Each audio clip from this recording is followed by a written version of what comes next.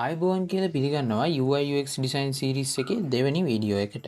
මේ වීඩියෝ එකෙන් මම කතා කරන්නේ UI UX design වලට ඕන වෙන tools, ඒ වගේම learning foundation එක කියන්නේ මොකක්ද? ඒකට අදාළ වෙන topics ගැන.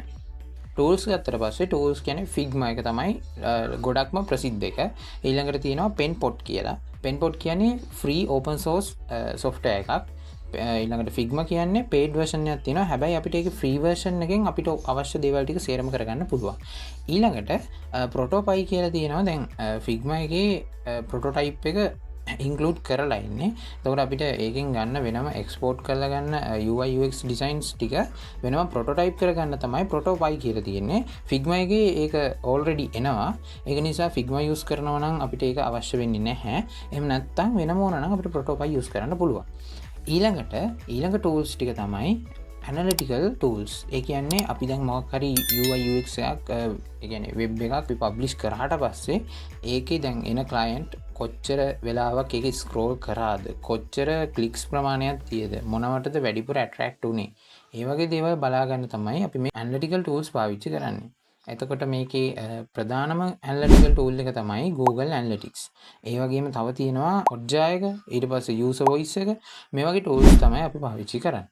අපි දැන් බලමු learning foundation කියන්නේ මොකක්ද කියලා. ඒ කියන්නේ learning foundation එකට අදාළ topics මොනවද කියලා. learning foundation එක ගත්තට පස්සේ මේකේ ප්‍රධාන කොටස් තුනක් තියෙනවා.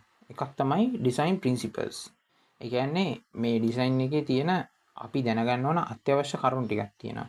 ඊළඟට typography එක. typography කියන්නේ font සම්බන්ධ ඒ කියන්නේ readability එක වැඩි කරන topic එකක්.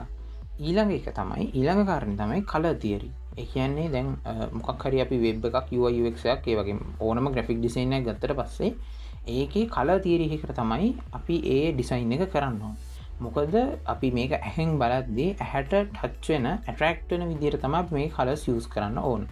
ඉතින් මේ ෆවුන්ඩේෂන් මේ ටොපික්ස් තුන යටතේ තමයි අපේ UI UX ඩිසයින් එක සම්පූර්ණ කම්ප්ලීට් වෙන්නේ. මේ ටොපික්ස් ගැන මම එකින් එක වෙන වෙනම කියලා දෙන්නේ නැහැ. ඕගොල්ලොන්ට දැන් අපි ඊළඟ වීඩියෝ එකෙන් මම කතා කරන්න බලාපොරොත්තු වෙන්නේ නැවිගේෂන් බාර් එක හදන හැටි. එතකොට මම මේ නැවිගේෂන් බාර් එක ප්‍රැක්ටිකලි හදන ගමන් කියලා දෙනවා මේ ඩිසයින් ප්‍රින්සිපල්ස්, ඊළඟට typography එක, ඊළඟට color theory එක කොහොමද use කරන්නේ කියලා. ඒ කියන්නේ මම ඒ ප්‍රැක්ටිකලි ඒක එවලි කරන ගමන් කියලා දීලා ඊට පස්සේ ඔයාලට දෙනවා ප්‍රොජෙක්ට් එකක්. ඒ ප්‍රොජෙක්ට් එක කරලා සබ්මිට් කරලා ඊට පස්සේ වීඩියෝ එක බලන්න එන්න ඕනි පහුවෙනිදට. මෙතනින් මේ වීඩියෝ එක ඉවරයි.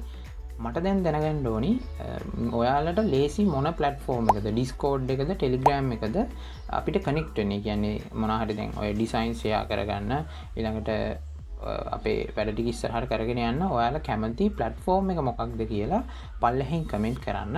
ඒ වගේම තව ඔයාලගේ මොනවා හරි තියෙන අදහස් තියෙනම් ඒවත් පල්ලෙහින් comment කරන්න. subscribe කරලා තියාගන්න. එහෙනම් හෙට වීඩියෝ එකකින් ඒ කියන්නේ අපේ episode 3න් අපි හම්බෙමු. goodbye.